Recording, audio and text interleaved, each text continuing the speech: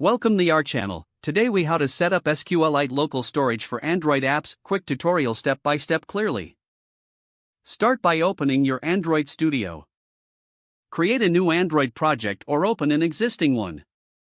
Navigate to the app level build.gradle file. Add the SQLite dependencies if not already present. Sync your project to download the necessary libraries. Next, create a new Java or Kotlin class for your database helper. Extend the SQLite OpenHelper class in your database helper. Override the onCreate method to define your database schema. Use SQL commands to create your tables as needed. In the onUpgrade method, handle database upgrades. Instantiate your database helper in your main activity. Open the database for writing by calling getWritable_database. Create methods in your helper class for inserting, updating, and querying data. Use content values to format data for insertion. Write queries to retrieve data and return it as a cursor. Handle cursor data appropriately in your activity. Test your app to ensure data is being saved correctly. Debug any issues that arise during the testing phase. Once everything is functioning, you're ready to deploy your app.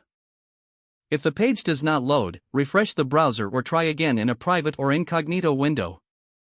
Make sure you are using the correct email address, then retype it carefully to avoid small typos.